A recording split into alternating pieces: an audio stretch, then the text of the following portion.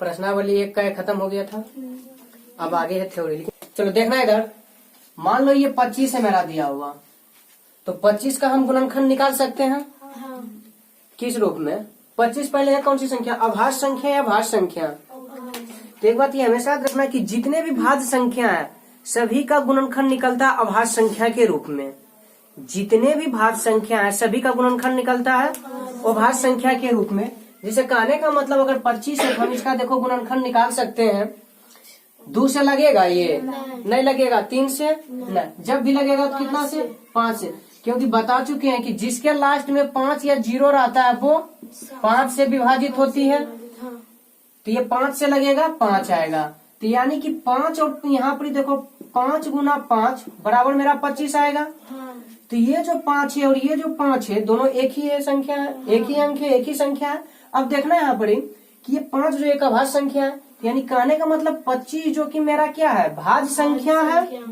तो भाज्य संख्या का हम अभाज्य संख्या के रूप में क्या कर सकते हैं? लिख सकते हैं, लेकिन एक गुणनखंड के रूप में, उसके गुणनफल के रूप में। अब बात अगर हम करते हैं 12 का, क्या हम इसमें 2 से भाग दे सकते हैं? लास्ट में 2 है, दे सकते हैं। 2 से भाग देंगे तो कितना होगा? 6। फिर 2 से लग सकता है ना? कितना होगा? अब 2 से लगेगा? नहीं लगेगा। लेकिन 3 से लगेगा ना? तो 1, यानी 2 गुना 2 गुना 3। तो 2 भी अभाज्य संख्या, 2 भी अभाज्य संख्या और 3 भी अभाज्य संख्या, यानी कि हम भाज्य संख्या को अभाज्य संख्या के रूप में लिख सकते हैं। क्लियर? अब हम इसको चाहें तो 2 गुना 3 गुना 2 भी लिख सकते हैं, 3 गुना 2 गुना 2 भी लिख सकते हैं।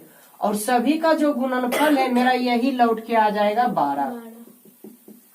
2 दूनी 4 तिया 12, 2 तिया 6 दूनी 12, 3 दूना 6 दूना 12। यानी कहने का मतलब क्या है? हम भाज्य संख्या को अभाज्य संख्या के रूप में लिख सकते हैं, किंतु कितनों भी प्रकार से लिखे वो एक ही होगा। यानी कि अभाज्य संख्या को उसके क्रम बदल करके लिखने पर भी वो समान ही आता है। यानी एक भाज्य संख्या को अभाज्य संख्या के रूप में अद्वितीय रूप से लिख सकते हैं। अद्वितीय। अब अद्वितीय रूप का मतलब क्या होता है वो समझना, क्योंकि बहुत जगह देखते होंगे कि अद्वितीय रूप का प्रयोग किया जाता है। द्वितीय मतलब क्या होता है? द्वितीय मतलब होता है दूसरा। द्वितीय मतलब जैसे कहने का मतलब क्या है समझना, ये जो मेरा है 12, हम इसका 2 प्रकार से चाहे तो लिख सकते हैं, भाग दे सकते हैं। हम एक भागा की विधि से भी भाग देते हैं और इसी को हम इस तरह से भी चाहे तो तोड़ के निकाल सकते हैं। जैसे कि अगर हम 2 से देखो भाग देंगे तो क्या बचेगा मेरा? 6 बार में लगेगा मेरा ये, खत्म हो गया यहाँ पे। और इसी 12 को हम चाहे तो डायरेक्ट इस तरह से करके भी लिख सकते हैं, यही मेरा आ गया। द्वितीय, द्वितीय का मतलब होता है दूसरा। द्वितीय का मतलब दूसरा। और अद्वितीय हम जानते हैं किसी भी संख्या के आगे अगर ओ लग जाता है तो ओ नहीं, निगेटिव अर्थ उसका देता है। ये जानते हैं ना? निगेटिव अर्थ। तो अद्वितीय मतलब कि 12 को हम केवल और केवल अभाज्य संख्या के रूप में इसी तरह से लिख सकते हैं, दूसरा और कोई तरीका नहीं है। क्या हम 12 को लिख सकते हैं इस तरह से? बहुत बोलेगा इस तरह से लिख सकते हैं 4 गुना 3 बराबर 12, लेकिन थोड़ा सोचो तो क्या 4 अभाज्य संख्या है मेरा? भाज्य है ना? तो अभाज्य गुणनखंड में जब भी लिखेंगे तो केवल ही। अब उसको सजाने का मेरे ऊपर निर्भर है, हम इस तरह से भी सजा सकते हैं, इस तरह से भी सजा सकते हैं। यानी या तो आरोही क्रम में सजा दो या अवरोही क्रम में सजा दो या जैसे मन करे वैसे सजा दो, लेकिन फिर भी ये जब भी आएगा तो यही आएगा। तो अद्वितीय का मतलब, चूंकि अद्वितीय बहुत बार प्रयोग किया जाएगा और किया गया है और करेगा भी, तो अद्वितीय का मतलब होता है दूसरा और कोई तरीका नहीं होना, यानी मात्र और मात्र एक ही तरीका होना। क्लियर हुआ ये? क्लियर ना?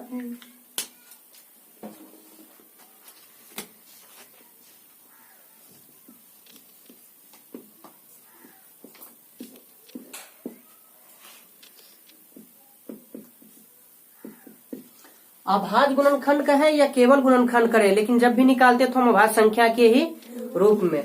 जैसे कि मान लिया जाए कोई संख्या इस तरह से दे दे, कितना है? 17,625। 17,625 इसका हम अगर कहे अभाज्य गुणनखंड निकालने के लिए तो हम क्या करेंगे? अभाज्य गुणनखंड। तो देखो अगर लास्ट में 0 2 4 6 या 8, ये सब रहेगा तो 2 से विभाजित होगा। और ये सब अगर नहीं रहा तो 2 से विभाजित, तो लास्ट में तो 5 है तो 2 से तो विभाजित नहीं होगा। तो हम ट्राई करते हैं 3 से होता है कि नहीं। तो 3 से विभाजित होने का नियम क्या है, जितना भी अंक दिया गया अगर सबका योगफल 3 से विभाजित होता है तो ये भी 3 से विभाजित होगा। जैसे कि देख सकते हो 1 जोड़ 7 कितना होगा 8, 8 छो 14 2 और 16 5, क्या 3 से विभाजित होगा 21? तो इसका मतलब ये भी 3 से विभाजित होगा। आसानी से पता चल गया। अब 3 से लगाते हैं। 17 में 3 से लगाएंगे कितना बार में लगेगा, 5 बार में 5 तिया बचेगा 2, 2 पर 6 उतारेंगे होगा 26। तो अब कितना बार में लगेगा, 8 तिया 24 बचेगा 2, 2 पर फिर 2 उतारेंगे तो 22, फिर 7 तिया 21 बचेगा 1, 1 पे 5 उतारेंगे 15, फिर 5 तिया खत्म। फिर देखते हैं कि 3 से लगता है कि नहीं। 5 8 13 7 20 5, क्या 25 आता है 3 का में? इसका मतलब 3 से नहीं लगेगा। अब 4 से लगेगा कि नहीं, कैसे पता करते हैं? तो किसी भी संख्या के लास्ट के 2 अंक हमको सिर्फ उठाना है। कितना अंक, 2। या तो दोनों 0 होना चाहिए या 4 से विभाजित होना चाहिए। तो लास्ट का इसका 2 अंक कितना है 75। तो क्या 4 से 75 विभाजित होगा? एक बार में अगर 4 लगाते हैं 3 बचेगा, 5 उतारे। अब कितना बार में लगेगा, लगा है। इसका मतलब ये 4 से विभाजित नहीं होगा। मात्र 2 को हम पता कर लिए कि पूरा वाला विभाजित नहीं होगा। उसके बाद 5 के लिए 5 और 0 5 है ना, इसका मतलब 5 से विभाजित होगा। कितना बार में, 1। 8 उतरेगा, फिर एक बार में 3 बचेगा, 7 उतरेगा 37 होगा, 7 5 35 2, फिर 5 आ गया, फिर 5 से लगेगा। 5 दूनी 10, 11 है, 1 बचेगा, 1 पे 7 उतरेगा 17 होगा, 5 तिया 15, 2 बचेगा, 5 उतरेगा 25, फिर 5 से लगाएंगे। फिर कितना, 5 चौके 20 बचेगा 3, 3 पे 5 उतरेगा 35 पे 7। अब लगेगा किसी से, क्यों? क्योंकि 47 स्वयं अभाज्य संख्या है। 47 क्या है, अभाज्य संख्या। तो अभाज्य संख्या तो केवल 1 से अथवा स्वयं से ही लगेगा, इसके अतिरिक्त किसी और से नहीं। तो इस बार कितना से लगा देंगे, 47 से। तो आ जाएगा मेरा 1। अब देखो कितना है मेरा, 3 गुना 5 गुना 5 गुना 5 गुना 47। इसको एक और तरीका से लिख सकते हैं, 3 पे पावर 1 गुना 5 के वो है 3, तो 5 पे पावर 3 गुना 47 पे पावर 1। एक लिखना जरूरी नहीं है, एक लिखना जरूरी। तो मेरा ये या फिर ये तरीका, इसी को बनाया जाता। अभी जो निकाले वो कौन तरीका था, अभाज्य गुणनखंड। इसी को एक लिखा जाता है फैक्टर ट्री के रूप में, यानी गुणनखंड वृक्ष के रूप में।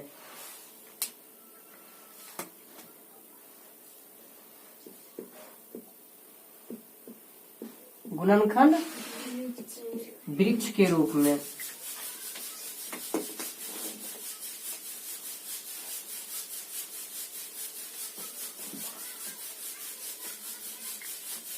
इसको कहते हैं क्या जी, फैक्टर ट्री।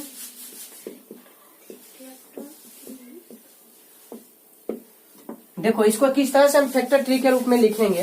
कितना दिया हुआ है,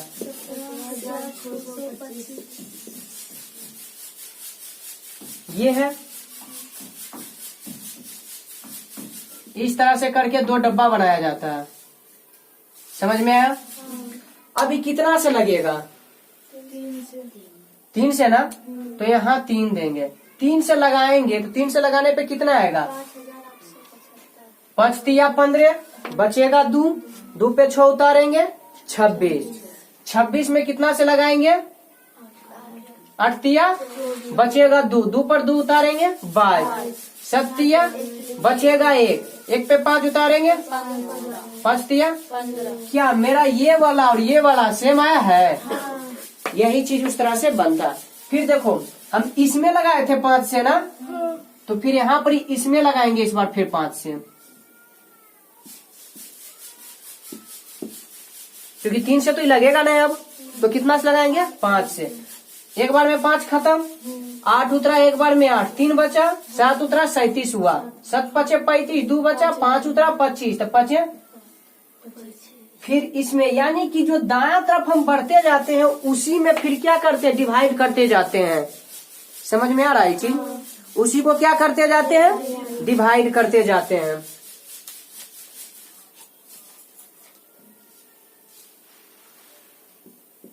इस बार फिर कितना से लगा देंगे, 5 से लगा देंगे। तो 5 से लगाएंगे तो कितना आएगा, 5 दूनी 10, बचेगा 1, उतारेंगे 7, 17, 5 बचेगा 2, उतारेंगे 5, 25, खत्म। फिर देखो 235 आया है। फिर इसको इस तरह से निकालेंगे। बार बार कह रहे हैं हम लेफ्ट साइड वाला को छोड़ते जाते हैं, राइट साइड वाला को क्या करते हैं, दो डिवाइड में निकालते जाते हैं। और जितना सी लगेगा उतना सी लगा सकते हैं। देखो यहाँ 2 से नहीं लगाए, चूंकि 2 से पूरी तरह नहीं कटता, शेषफल इसमें बचना ही नहीं चाहिए, पूरी तरह से कटना चाहिए। 4 से भी लगा सकते थे ना, लेकिन नहीं लगाए क्योंकि इसमें भी कुछ ना कुछ शेषफल मेरा बच जाता, लेकिन ये पूरी तरह से क्या करना चाहिए, कटना चाहिए। तो देखो अगर हम फिर कितना से लगाएंगे, चूंकि लास्ट में 5 है तो 5 से लगा सकते हैं। तो 5 से लगाएंगे तो कितना आएगा, 5 से लगाएंगे तो 4 बार में 3, 5, 35, तो 7 पचे 35। फिर कितना से लगेगा, 47 से, तो कितना आ जाएगा। वैसे हम यहाँ तक भी छोड़ सकते हैं या यहाँ तक भी निकाल सकते हैं। समझ में आया? तो इसको कहते हैं गुणनखंड वृत्त और इसको कहते हैं अभाज्य गुणनखंड प्रक्रिया। क्लियर हुआ? अब इसको भी लिखना चाहो तो लिख सकते हो। पहले कितना था, फिर कितना आया। लिखने वक्त लेफ्ट साइड वाला लिखते हैं, लेकिन डिवाइड करने वक्त राइट साइड वाले को डिवाइड करते हैं। फिर कितना आ गया, फिर कितना आया, फिर कितना आया, ये भी वही है, 3 गुना 5 पे पावर क्यू और 47। समझ में ही दोनों आया है। दोनों का उतार लेकर था एग्जाम्पल।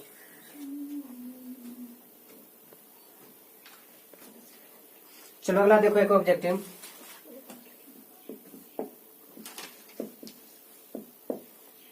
यदि कोई अभाज्य संख्या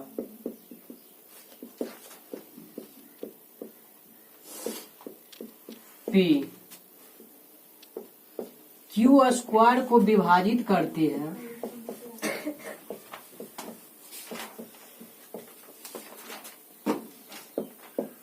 तो P Q को भी विभाजित करेगी, जहां Q = I प्लस। यदि कोई अभाज्य संख्या P, यानी P क्या है, एक अभाज्य संख्या है जो Q स्क्वायर को विभाजित कर रही है। अब Q स्क्वायर क्या होगी, भाज्य संख्या ही होगी, क्योंकि अगर वो भाज्य लेंगे तो विभाजित किसी से होगा ही नहीं। वो भाज्य संख्या क्या, केवल एक अथवा स्वयं, और किसी से नहीं। तो इसका मतलब ये कौन सी संख्या होगी, भाज्य संख्या का वर्ग होगी। स्क्वायर है ना, तो भाज्य संख्या के वर्ग होगी। तो यदि कोई अभाज्य संख्या P Q स्क्वायर को क्या करती है, विभाजित कर देती है, तो वो जो अभाज्य संख्या P है इसके जो वर्गमूल Q होगा उसको भी क्या कर देगी, विभाजित।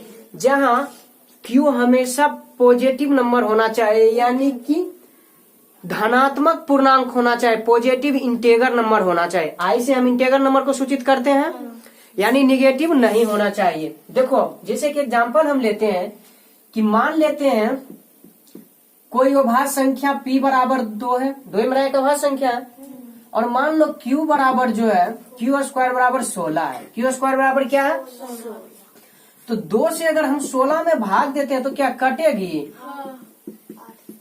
अभी बताओ कि Q स्क्वायर 16 है, तो इसका मतलब Q क्या होगा,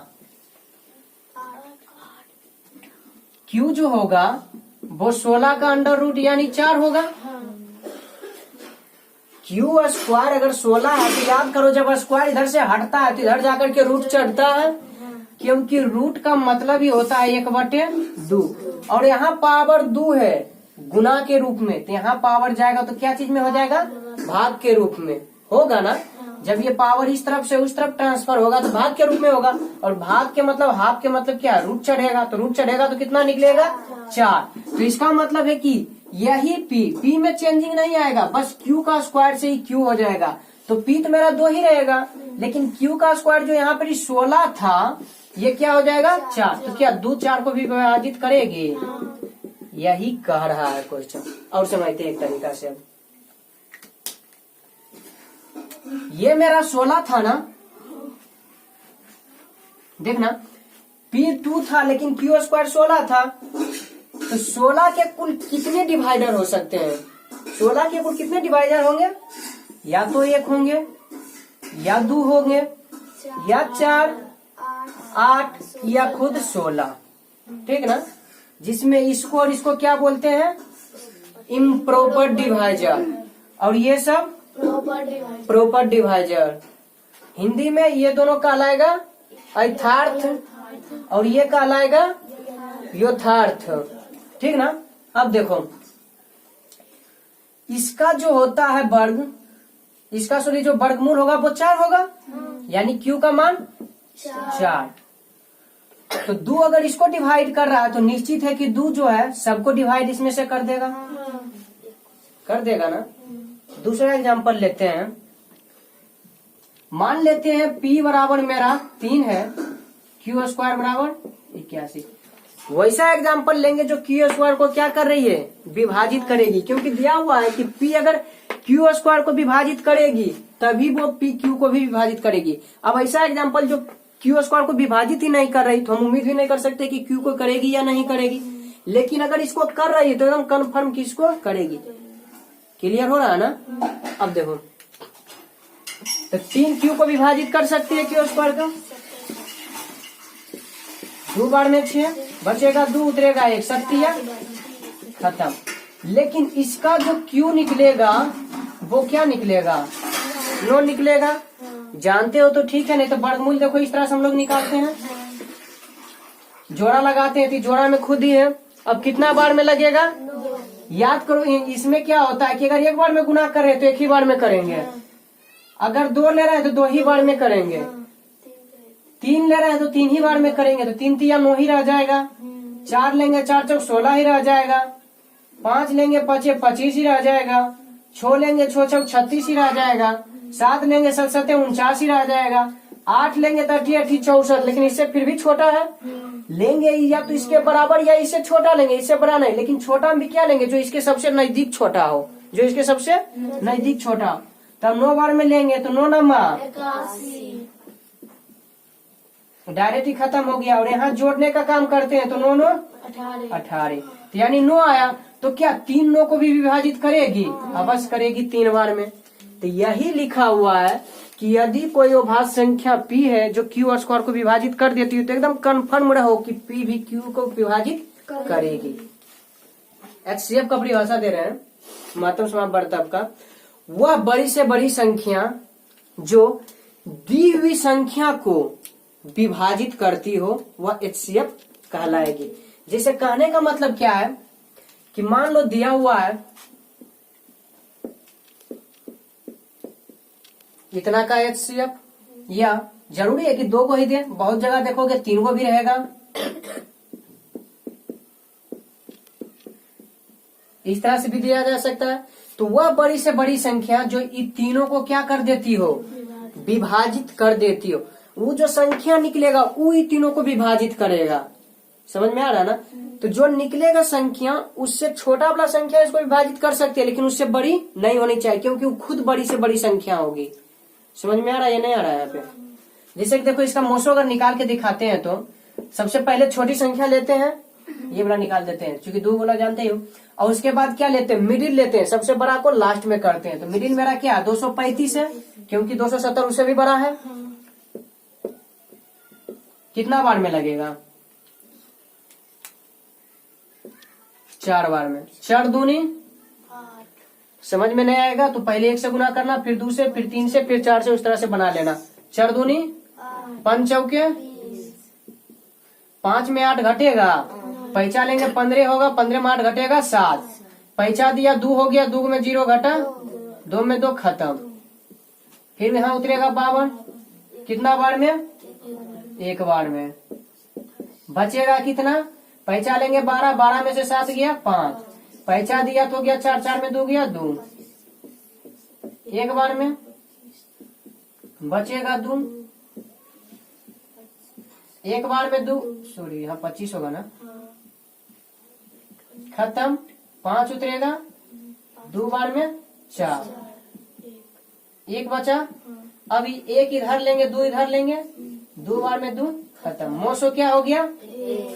1। अभी 1 से इतना में लगाएंगे, एक ही बार में 270 में मत लगाना, एक को करके लगाते हैं। 7 उतरेगा, 0 उतरेगा, 0 उतरेगा, छोड़ मत देना कि 0 उतरा, फिर 0 एक बार लगाएंगे, क्योंकि 0 गुना 1 0, 0 हो गया। किया कम 1, तो मेरा मोसो होगा 1। कहने का मतलब क्या आप सब समझना, 1 से बड़ा कोई भी संख्या ऐसा नहीं होगा जो तीनों को विभाजित कर देगी।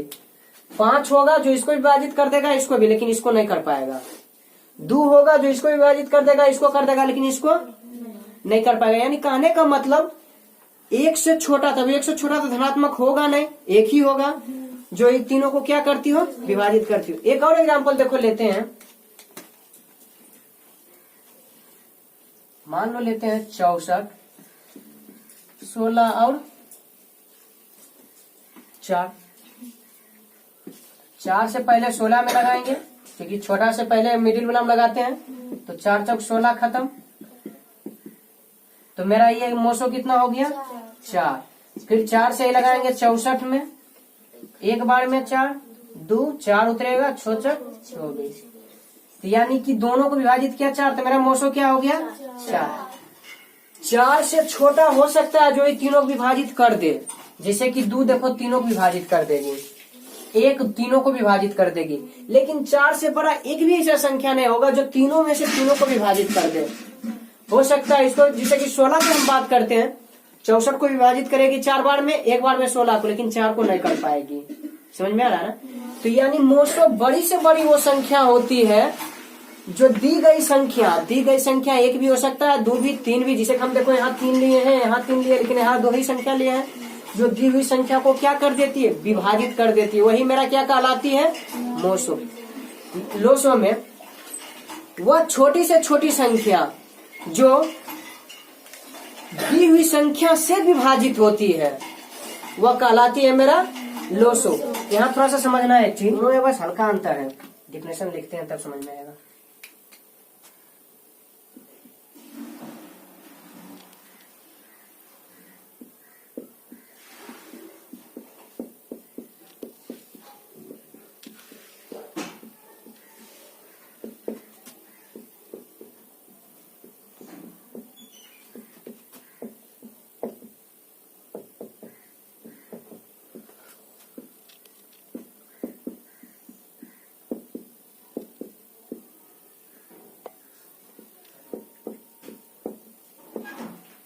लोसो का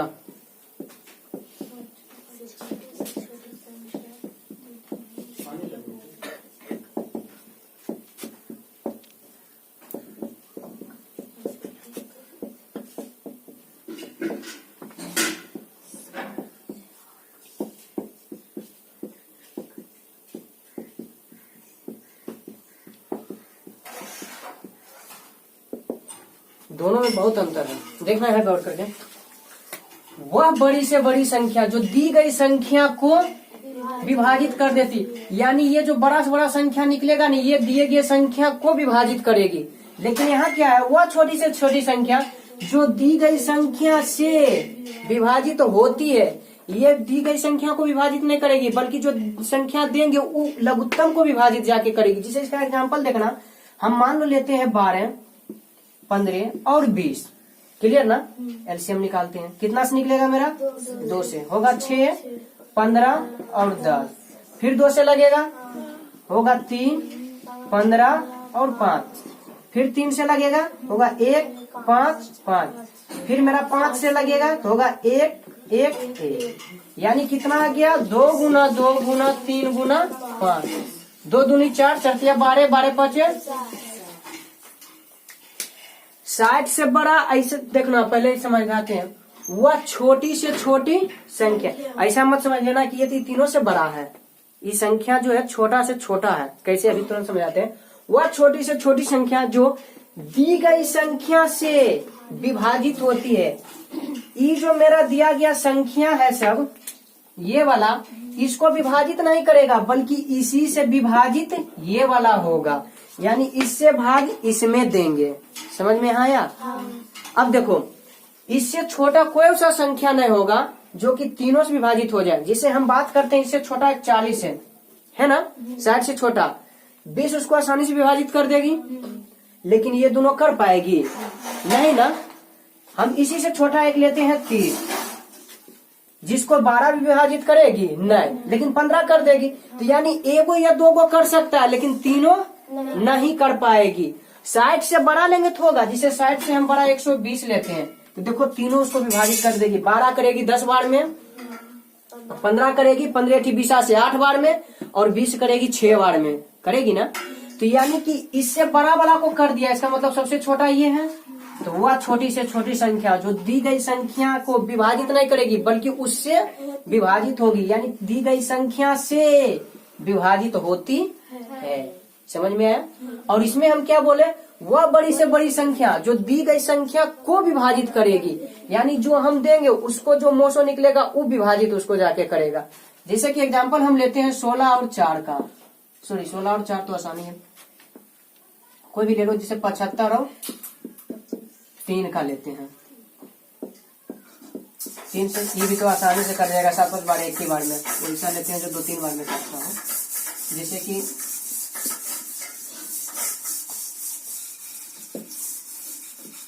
HCF,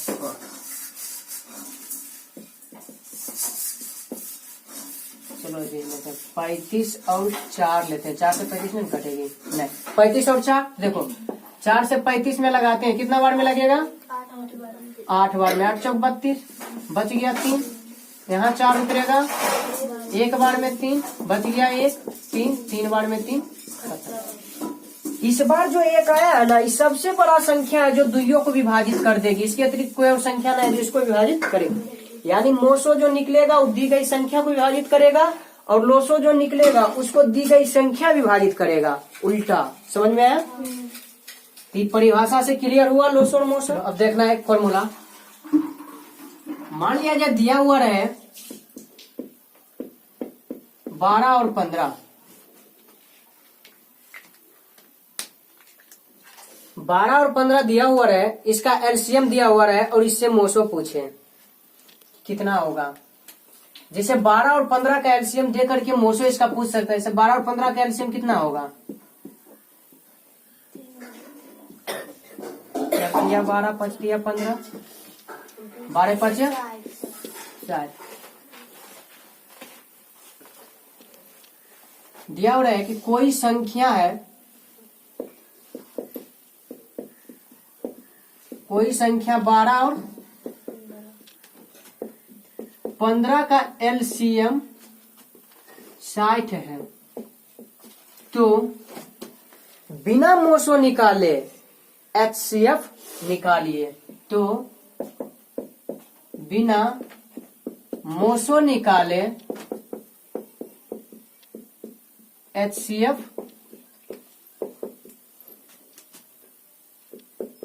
निकाले। देखना, मेरा कोई संख्या दिया हुआ है जो कितना कितना दिया हुआ है, 12 और 15, और इसका एलसीएम कितना दिया हुआ, ये दोनों का एलसीएम 60 है। तो HCF भाग दे करके निकालते हैं हम, या फिर ये भाग एल्गोरिदम के तरीका से। लेकिन बोल रहा है बिना भाग दिए डायरेक्ट निकालना है, तो डायरेक्ट कैसे निकालेंगे? तो इसके लिए एक फॉर्मूला होता है, HCF AB मल्टीप्लाई LCM। जिस तरह HCF को लिखते हैं उसी तरह शॉर्ट में LCM को भी लिखते हैं। LCM AB इक्वल टू दी गई संख्या। और ये जो भी होगा केवल और केवल 2 गो ही संख्या के लिए होगा। कहने का मतलब क्या, जैसे यहाँ 2 को दिया हुआ 12 और 15, अब 3 को दे दें तो इसके लिए ये फॉर्मूला काम नहीं करता है, ठीक ना। तो ये मेरा क्या होता है, फॉर्मूला। तो देखो मेरा दोनों संख्या दिया हुआ है ए और बी कितना 12 15, तो कर देंगे 12 गुना 15। हमको निकालना क्या है HCF, HCF निकालना है कितना कितना का 15 का और 12, क्योंकि पहले बड़ा वाला बाद में छोटा वाला लिखते हैं। और LCM कितना कितना का है, LCM दिया हुआ कितना है 60। तीन दुइयों जब गुना के रूप में इधर आएगा बराबर के तो क्या चला जाएगा, तो HCF बराबर मेरा निकल जाएगा 12 गुना 15 बटा 12 पचे 5 तिया, यानी दोनों HCF कितना हो जाएगा 3। क्लियर ना। अब आंसर सही है गलत ये भी चेक कर सकते हो। LCM कितना दिया है, HCF कितना निकला है, दुइयों को गुना कर दो कितना होगा 180, फिर दुइयों को गुना करो देखो 180 आता है, आ गया तो सही है। समझ में आया। उसके बाद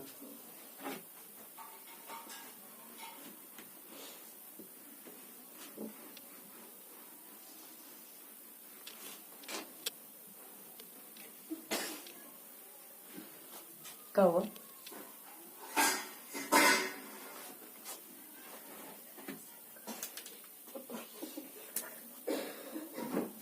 देखना है आप।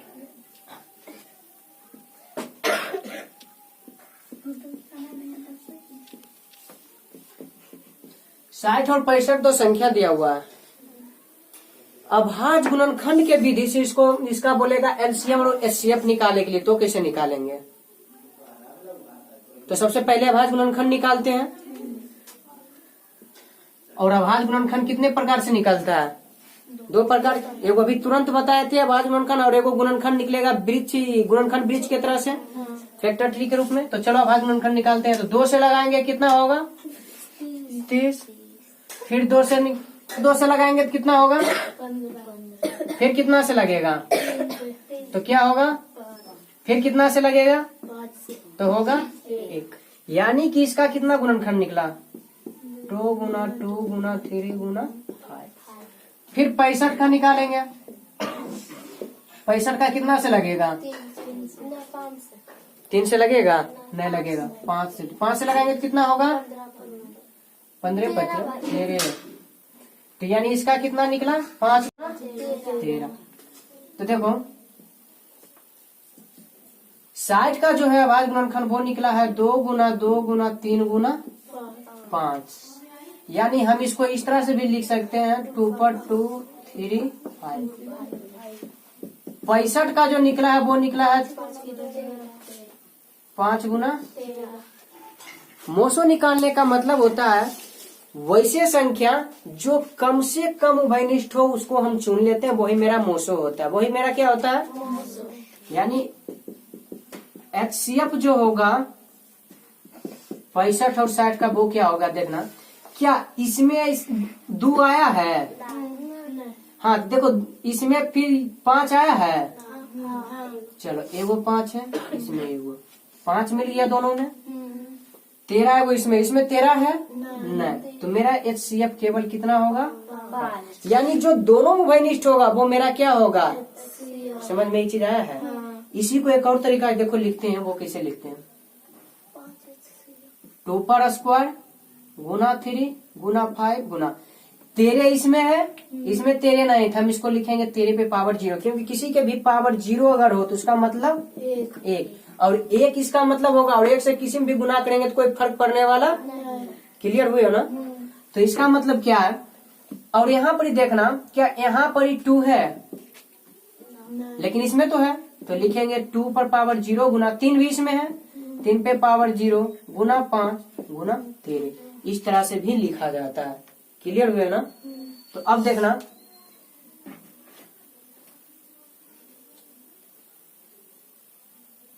चलो यहाँ देखना 2 पे पावर 2 है लेकिन इसमें भी नहीं है तो 2 नहीं लेंगे। HCF की बात कर रहे हैं। 3 है इसमें 3 नहीं है तो 3 नहीं लेंगे।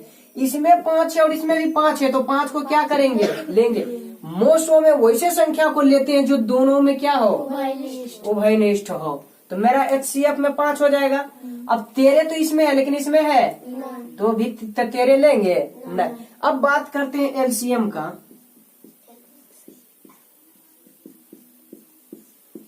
तो देखो LCM में दोनों को लेते हैं, रहे या ना रहे, जिसकी संख्या सबसे अधिक रहेगी वो क्या करेंगे, उसको लेंगे।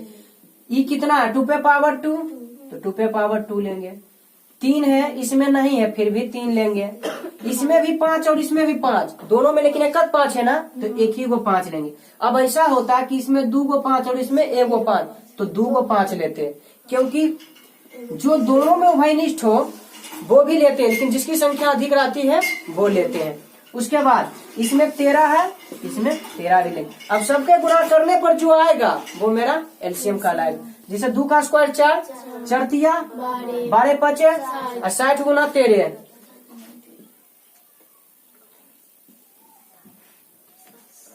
यानी 780। समझ में आया है। अब देखो इस फॉर्मूला जो भी तुरंत बताया उस पे चेक भी कर सकते हो। इसको और इसको गुना कर दो और ई दुयो गुना करो, दुयो आपस में क्या हो जाएगा, बराबर। ये तरीका समझ में है LCM HCF निकालने का। इसको लिखो तो यहाँ देखना,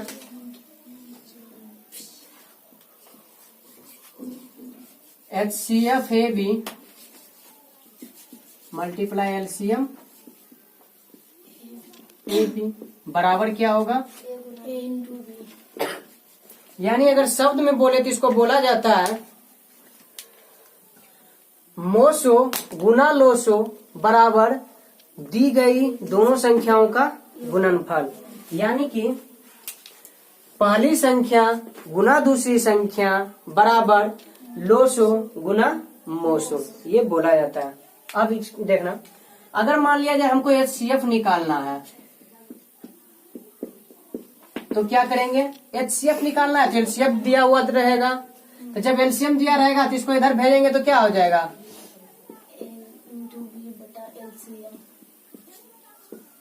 A, B। अब अगर LCM निकालना हो तो क्या होगा, LCM किसका किसका, तो AB का, तो A गुना बटे A, B, इसको A भी पढ़ते हैं। अब देखना यहाँ पे A B क्यों लिखते हैं, क्योंकि जिसको गुना करेंगे उसी का LCM होना चाहिए, जिसको गुना करेंगे उसी का HCF होना। तो ये तीनों लिख लो और प्रश्नावली 1 का भी बना के कर लाना।